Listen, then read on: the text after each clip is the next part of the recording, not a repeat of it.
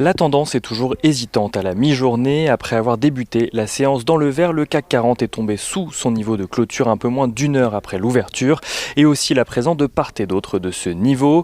La tendance est similaire en Europe où les marchés affichent des pertes légères à la mi-journée. Les marchés semblent se stabiliser suite à la sortie de l'hôpital de Donald Trump hier soir. Si celui-ci déclare aller très bien au point de déclencher une nouvelle polémique en appelant les Américains à ne pas avoir peur du Covid-19 et à sortir de chez eux, ces médecins sont plus prudents et continuent à lui administrer son traitement directement à la Maison-Blanche.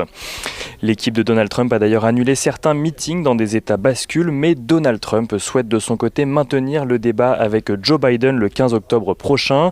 De quoi rassurer les investisseurs qui avaient peur que la maladie de Donald Trump ne vienne perturber le processus électoral en cours.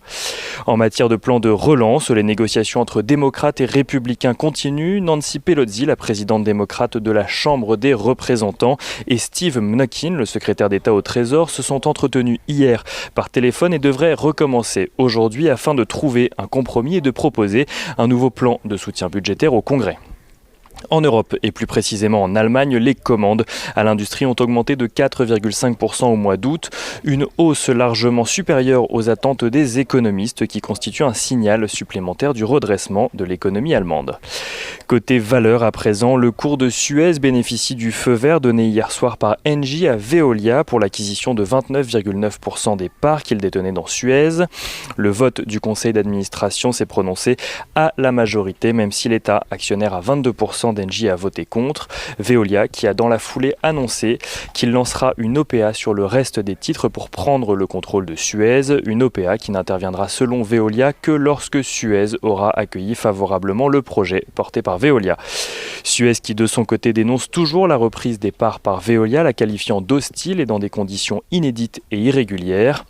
Bruno Le Maire, le ministre de l'économie, a de son côté regretté ce matin l'intransigeance de Suez mais aussi la précipitation de Veolia, rappelant que l'opération ne pourrait pas fonctionner s'il n'y avait pas d'accord amiable entre Suez et Veolia. Et hasard du calendrier, c'est aujourd'hui que Suez annonce avoir signé un accord avec A2A, son homologue italien, dans le but de créer une co-entreprise dans la gestion des déchets dangereux en Italie.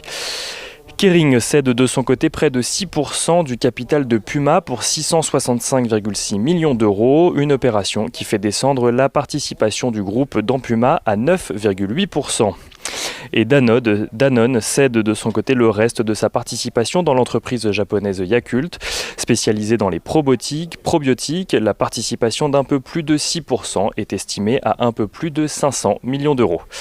AK Technologies annonce de son côté une levée de fonds réservée de 200 millions d'euros avec une prime de 40%. Une opération financée aux 3/4 par la CNP et à 1/4 par la famille propriétaire de l'entreprise qui reste majoritaire à 51,9% des parts. Le titre AK Technologies gagne lui un peu moins de 40% à la mi-journée justement. Et on regarde à présent le pétrole qui se rapproche des 42 $ le baril de Brent. L'euro-dollar, lui, se rapproche des 1,18 $ pour 1 euro, tandis que l'once d'or, elle, oscille juste au-dessus des 1900 $.